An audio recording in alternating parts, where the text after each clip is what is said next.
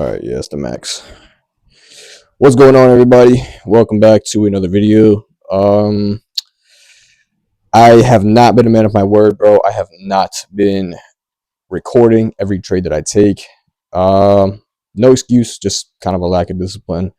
So I'm gonna be better about that. I'm gonna be starting today. I low-key broke a rule today, but I don't really regret breaking it. I'm gonna break down the trade. Actually, here's the trade. Actually, you guys can see the exact trade I took today, but I'm gonna start a little bit more on the higher time frames. Give you some narrative as to why I took the trade. So going into the day, where we at? Where we at? Where we at?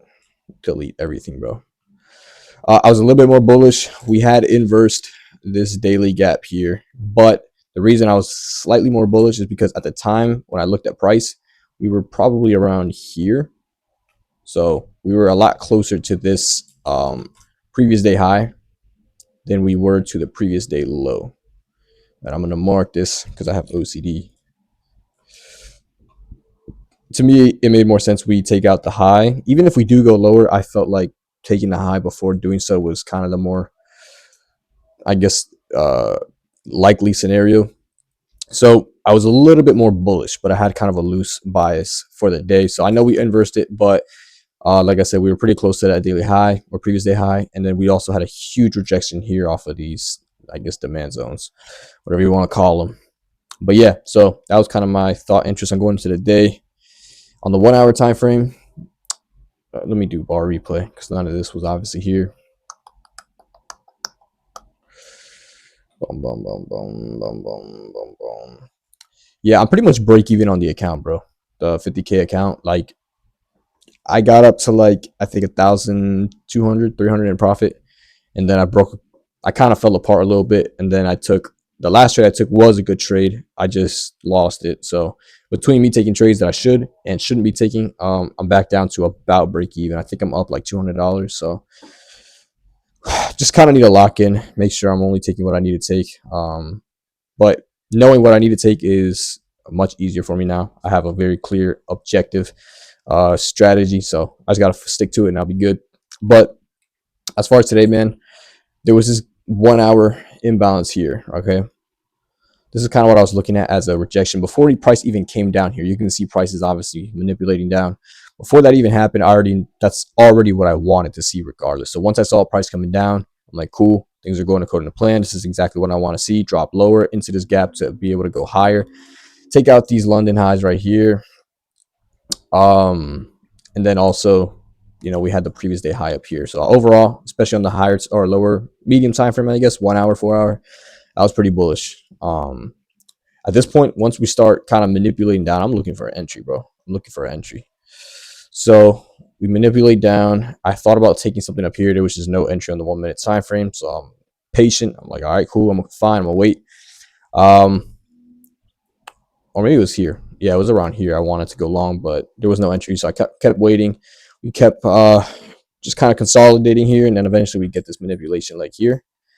Wasn't too big of a manipulation, but we did take out sell side inside of this 1 hour gap, and we're already bullish. So it was good enough for me to take the trade. So right around here, let me zoom in. This is where my entry was. It's not my favorite entry I've ever seen because the gap that it presented itself, or the gap that had presented itself, was a little high up right here. This was my entry, this 1 minute.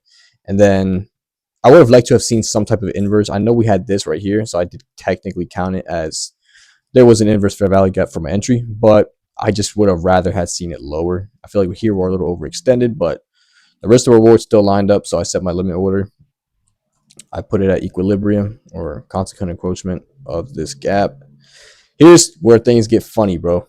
I always go for a 2R, okay? So I don't care where the draw is. I don't none of that. I mean, I care in the sense where like in the direction. I want to be trading in the direction of the draw, but like 2R. That's all I need. My back testing says that this is the profitable way to do it for me personally. So I set my TP to 2R. I have my stop loss, bro, here. I usually go for the wick, but in this instance, I was like, if we're coming all the way down here, we're hitting stop loss either way. Like, I don't, you know what I mean? Like, what difference is this gonna make? Today it's fine. It's a huge stop loss anyway. So this was my trade. All right, I put my stop at the low. Remember that, the low.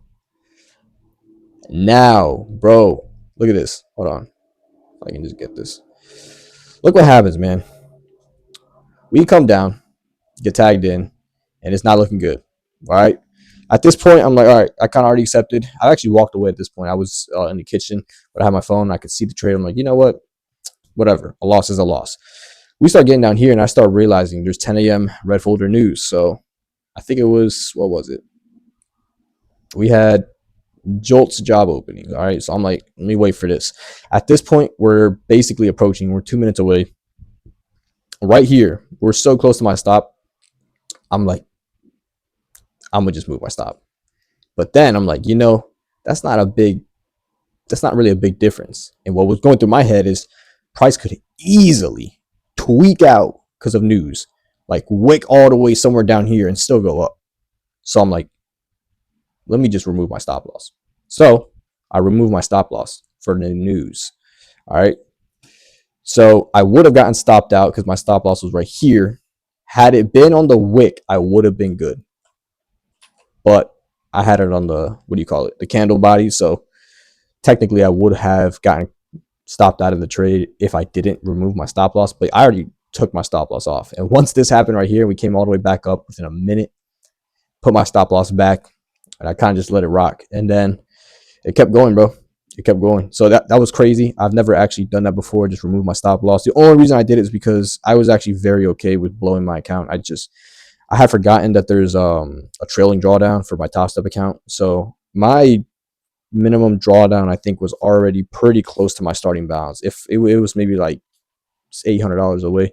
So I had a pretty high balance anyway, drawdown balance or minimum drawdown. Yeah, whatever you call it, bro.